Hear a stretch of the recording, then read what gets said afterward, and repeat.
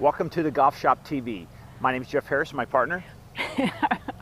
I'm sorry, What? You're so short there. Hey, this is, we're out in nature, man. I mean, we're out on the golf course. Okay. Let's try that again. Good morning. Welcome to this episode of the Golf Shop TV. I'm Jeff Harrison. I'm Amy Anderson. Hey, I'm so giddy because today is Thursday morning. It's the beginning of, it's tournament week. It's a tournament day of the week. But you know what? It's the U.S. Open. Huge day. I love the U.S. Open. I love this time of year. I can't wait to just be a couch potato. Well, it's pretty cool. But before we get started, there are a couple things, and I heard this on the radio this morning. I'd almost forgotten. Today is Flag Day. Oh, okay. So today here locally in our area, in the Palm Desert area, the guy who did the Marilyn Monroe statue that's down in Palm Springs? Well, he also did commissioned. Remember the sailor kissing the nurse? Okay. Okay. Well, now that's today. That's at Palm Springs Museum. So he did both of those. Okay. He's down there, and they're having a big ceremony, flag ceremony. Do you know how many flags there were since the beginning of the United States? How many flags we've had? You mean with the stars Yeah, changing? like how many different flags have we had? The reason I ask is because they're doing a ceremony down there today. Right. Well, the original one probably had 13, so 50 minus 13, I don't know, 37? How many different flags? We've had 8 different flags in our history. Oh, really? Yeah, so I think that was pretty neat. So, from the original Betsy Ross till now, Nice. Was it Prince who did that? No, I don't know. But anyway, so there's 8 down there. So we just want to, honor the, the fact it's Flag Day and wish everybody the best. Cool. But all right, well, let's, walking out here on the golf course today, you can kind of tell how it's kind of summer out here because we start seeing a change of grass. What do we do this time of year that, it's frustrating, but it must be done? Well, they're starting to punch the green so that the summer grass, the Bermuda, comes in nicely. Yeah, as golfers, it's like, I'm going to tee it up. The golf course looks great. The weather's perfect. Get on the green. It's like, there's holes all over. Yeah, but it heals so fast around here. I mean, in 2 weeks, it's going to be perfect. Yeah, the whole idea of that is they punch those holes in the ground because it heats up the soil. So then the Bermuda invades what is left, if there's any left, of the winter ryegrass, and it just takes over. And then from that point on, the greens are fabulous. Yeah, but it's been nice weather, and it's going to be a cool weekend, just 100. Yeah, for us out here, that's pretty nice because, next week I know it's just going to get pretty hot. But speaking of hot, let's talk about what happened or what's happening this week in just a little up the road. We have a 2-hour flight up the road. Well, before we get there, shouldn't we talk about last weekend, kind of wrap up there? Okay, all right, let's do that. Because it was a great weekend of golf. Dustin Johnson made a comeback. Welcome back, Dustin Johnson. Oh, unbelievable watching him play. Here's a guy that, he's been on for what, like 12, 13 weeks, Yeah. something like that. Comes back. There's another one of those guys that, they've been out and then they come back and they win. Yeah, and I think he's a contender this weekend as well. I would almost go that, but history doesn't show that the guy who wins the week before the U.S. Open typically wins the Open. It's not unwritten, but it's unheard of, but it does happen.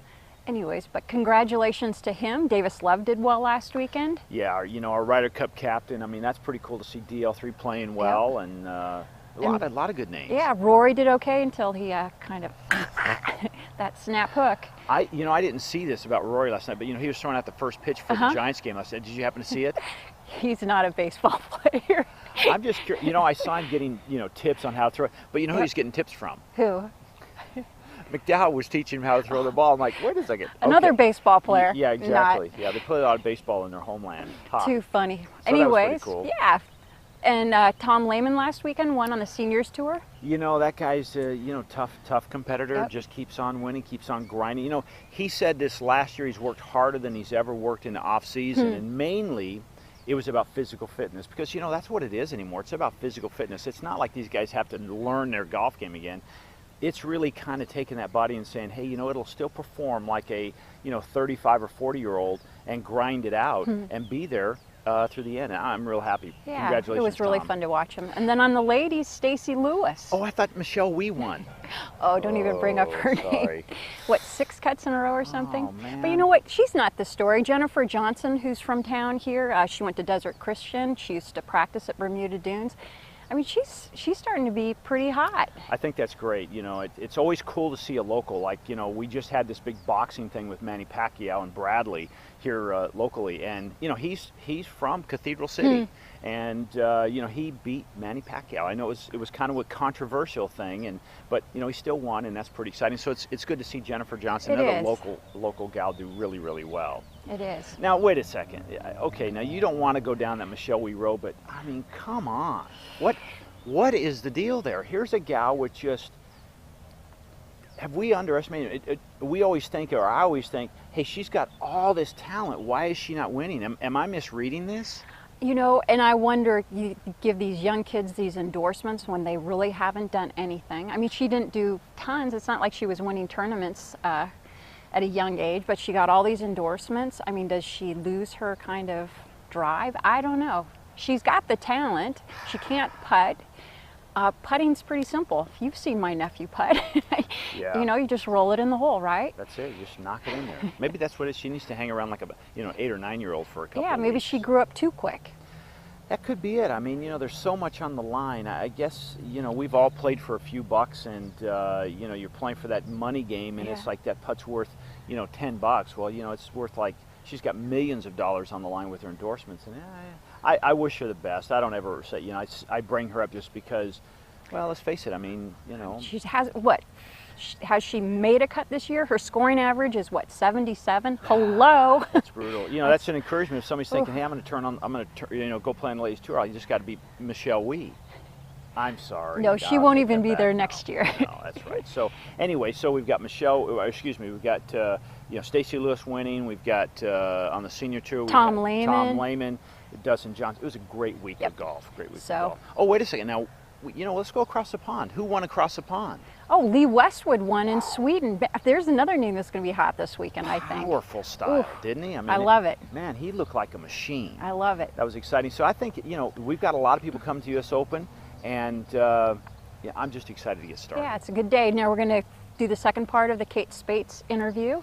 So that'll be fun. Everyone liked that. Lots of good feedback on that one. Yeah, only if I can stop talking about the US Open, which I'm just giddy. I'm looking at the watch. We start early. It's about 6:30, 6:45 here in the desert.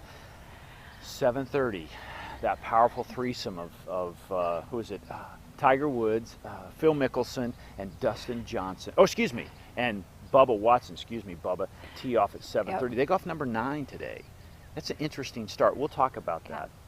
Well, thanks for joining us. We're here at lovely Marrakesh. We're in Palm Desert. Golf course in fabulous shape. The shadows are growing, are actually getting smaller because the sun's coming up. You got to come out here. They've got a special going on right now. I mean, what is that for the summer? They do. It's a summer membership. It's $700. That's for a couple. That includes your golf car. That includes use of the gym at the club. This is a great course. Great track. Designed by Ted Robinson, but something interesting here. There's no par 5s. That was Not a by single design, one. right? Yeah, but he beefed up the par 3s. So there's did some. They're tough par 3s. Speaking of par 3s, I can't wait till we talk about number 3 at the Open, about the par 3 there. We've got some footage that, you know, we're going to dig out, and we're going to show you kind of what we thought of the golf course. And quite frankly, we use drivers almost every hole, not just. Hey, welcome back. You know, normally at this point, we talk about kind of a global golf report. We give a report what's going on this week on tour. But you know what? It's the U.S. Open week, Amy. Can we just focus on just U.S. Open? Let's call it, how about special report from the U.S. Open? I love it. Yeah. I love it. I'm a little disappointed we're actually not standing at Olympic, but we were there for a while. We were there last September, and what a fun course to play. Ate my lunch, but a fun course. Yeah, it's that and having your nails pulled out with tweezers. Yeah, I had a lot of fun. No, I'm just You know, kidding. there's tons of talk about the first 6 holes being like the toughest opening 6 holes in golf. And the funny thing, this is hysterical. I thought number 1 was a piece of cake. Driver, fairway wood, hit a wedge onto the green, easy 2-putt for a 5. It's a par 4 for these guys. And you know, when we teed off, we actually teed off right next to the clubhouse. I mean, the golf shop window was right behind us, so we're back as far as we could. And you're right. I mean, it's like driver, kind of an easy 3 wood, and then just like, I think it was like 75 or 80 yards to the green at the very most. And like that's an easy starting hole. But like you said, that's a par 4 now. Yep. So I'm thinking, what we talked about yesterday, it's like, I've got to each one of my shots 35 yards longer just so I can hit a 3 wood into that par 4 green. And the green was like, you can't hold the green. That's right. I remember I had the gentleman who was giving me pointers said, you know, come up about 25 yards short and it will release onto the green. Well, imagine that shot with like a 5-iron. Oh my gosh. Impossible. Well, you know, we were very, very fortunate when we went out there in September. We were there for a special event, and we had an opportunity to go out there and play. And we played with Willie. He is the assistant head golf professional there. And what a gracious host. He took us around and told us a little bit about all the changes with the trees being removed and the greens being redone. And, you know, it was quite a day. Yeah, it was funny. He took us to certain holes and we hit shots that other players had hit and tried to hold greens. I mean, it was a tough track then, and it's not even beefed up. I mean, think about it. The greens weren't at 14 when we played it. The rough, do you know the rough there, the Poana rough is 3 inches long, and then that rye rough can get up to 16 inches, so you have no idea what your lie is going to be like. It's brutal, brutal. Yeah. And you know, that's what he said. He said that you know, that's what's going to make this course kind of defensive, it defends itself, is the rough. Because I heard this morning, what was it, Bubba Watson was talking about just hitting those little fairways. Well, you know, it's kind of cool because Dustin Johnson, I don't think is really, you know, or excuse me, Bubba Watson hasn't really warmed up to this golf course. He hasn't said a lot of positive things about it. And, you know, no pun intended, but it could be a rough week for Dustin if he does that. Or Bubba. Or Bubba, excuse me. I don't know why I keep saying that. But anyway, so Bubba. But if you listen to Tiger or Phil, you know, they have a totally different mindset. What's that all about? Well, I think Phil especially is very positive about it. I mean, it's there for the taking. He's going to go after it, you know. Okay, 1 through 6 is tough. You know what, he's going to get through, even par, 1 over. But then the course is there it's a good challenge. He wants to, how do you put it? He wants to figure the course out, and that's how he goes into the week. Yeah. You know, let's talk about number 3 there. I believe it's par 3. Yeah, now it's downhill. 670 yards. No, I'm sorry. When we played it, we were on a new tee box, and they had moved it way back, and we took a trolley back there. It was like 240 plus yards.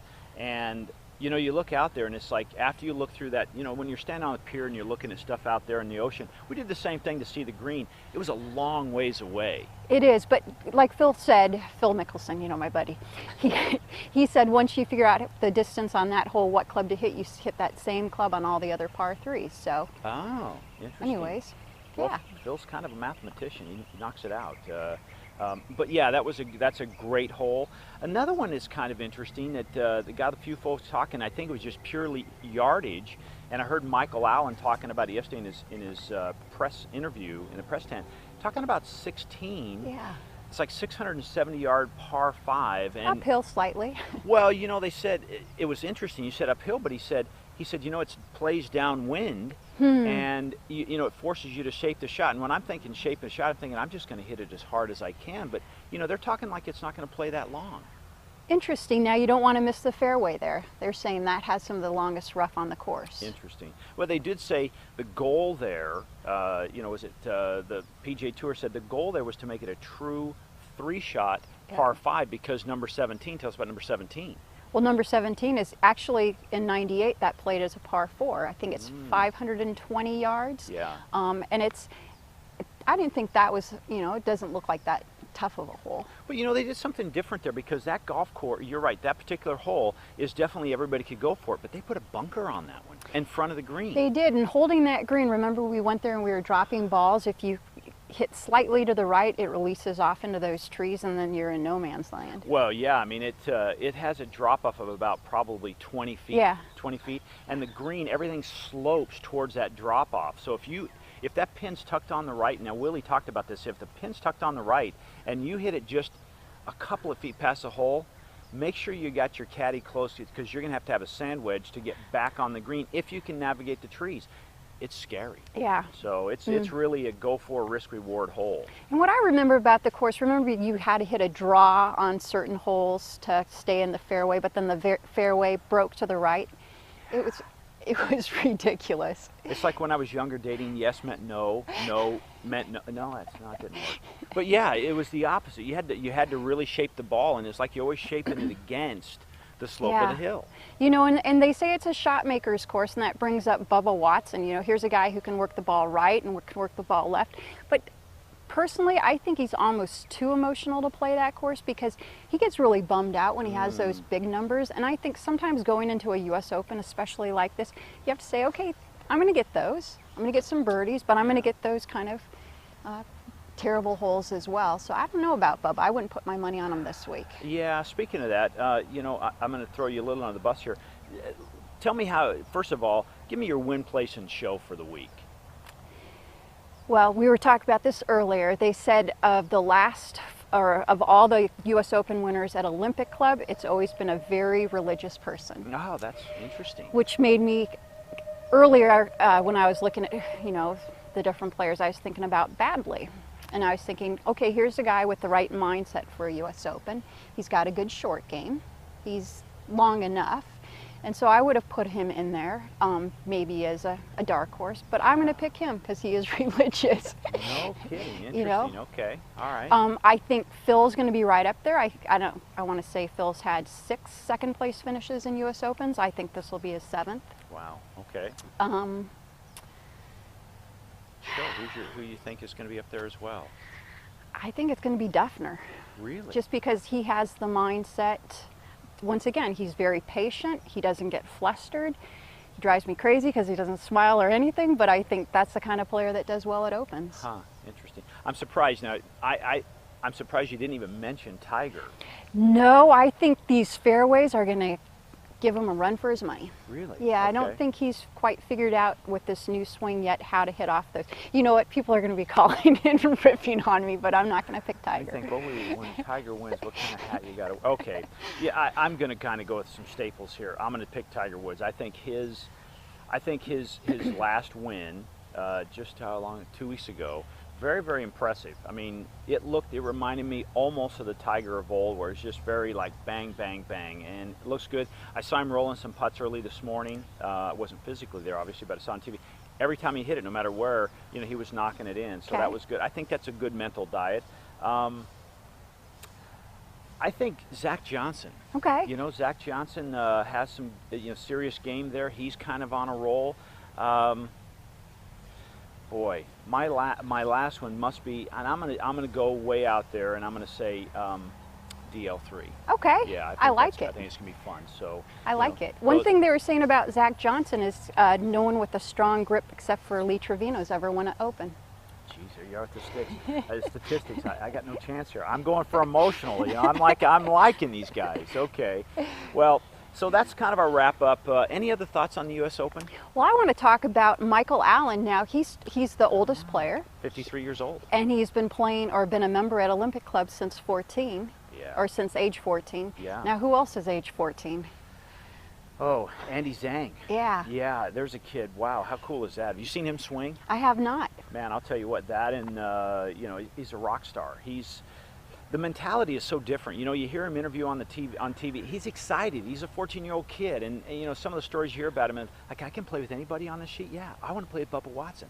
This whole locker's my. I think that's pretty cool. But when you see him swing, it's like he steps into a different element. I mean, it's spooky good. I think it's going to be exciting that he plays. It'll be a story headline. If Saturday morning he's still in the game. I think that's really cool. It's a lot of golf course. It is. Think about when you're 14. I mean, you're playing in one of the biggest stages in the world. I don't care who you're, tennis, it doesn't matter. You're playing one of the biggest sporting events in the world. Crazy to even think about. I'm having a hard time just taking a deep breath. Yeah. That's pretty cool. So we got to talk too about some of these European players. I mean, we talked a little bit about Westwood. What about Luke Donald and Rory McIlroy? Yeah, you know, I apologize. I kind of blasted past that because I really like where Lee Westwood is right now. You know, how can you bet against Luke Donald? He's one of the best ball strikers on the planet right now. He's just steady, and the guy can flat putt. Yeah, he's a little bit shorter off the tee. I think his average is around 270, 273. But now that all of a sudden, I mean, short game's what it takes at this course, so. Yeah. You got to hit those greens, because if you miss those greens, if you remember, I mean, if you miss it, it's like you're landing on these tabletop greens when we played them, because again, they were fairly new greens. Those, they were pretty firm, so it'll be interesting to see. Because Michael Allen was talking about backing things up, but Rory McIlroy, what are you thinking there? I mean, what's going to happen? He definitely could be a repeat winner, definitely. But he's so hot and cold. I'm not sure what to think. Yeah. You know, he's practiced, and I think he's ready for this course. It just depends what Rory shows up. Yeah. Well, you know, I don't want to rush the show, but I want to see him tee off at 7:30. Any other thoughts? No, I think that kind of covers what we wanted to talk about at the Open. What a great week we have of golf. I can't wait to see how it all turns out. I hope you enjoy the tournament. Watch for us. Get out there and enjoy. You know, salute a flag today. Today's Flag Day, June 14th. You know, again, if you're in the desert of Southern California, please come out and check out Marrakesh Country Club. It's a great golf course. Oh, one other thing I want to talk about. You know, our business we do on the side, it's our budding business. It's called My City Business Review. And what we do out there, gang, is we actually go out and interview businesses. And it's not a commercial. It's an opportunity for you as a business owner to tell your story. And it's really small businesses. And the reception has been very good. And we take these and put them on our website. And it kind of helps in many ways, Amy. Talk about video when it comes to advertising or marketing your product. Well, last time when you're looking at magazine ads, it doesn't really tell you too much about the business. Video kind of lets you get to know the owner or what the business is like, so it makes it more personalized. Yeah. Stories have been the funnest thing, hearing the stories that the people have and why they started a business, how it got started, and you know, it's a lot of fun. So check us out there. It's called mycitybusinessreview.com. In the meantime, catch us every week at DaGolfShoptv.com and also at swingpointmedia.tv, and we'll see you in a week after the U.S. Open. Who knows? We might have a little special report. Who knows? All right. Thanks for joining us. I'm Jeff Harrison, my partner. I'm Amy Anderson. Have a great week.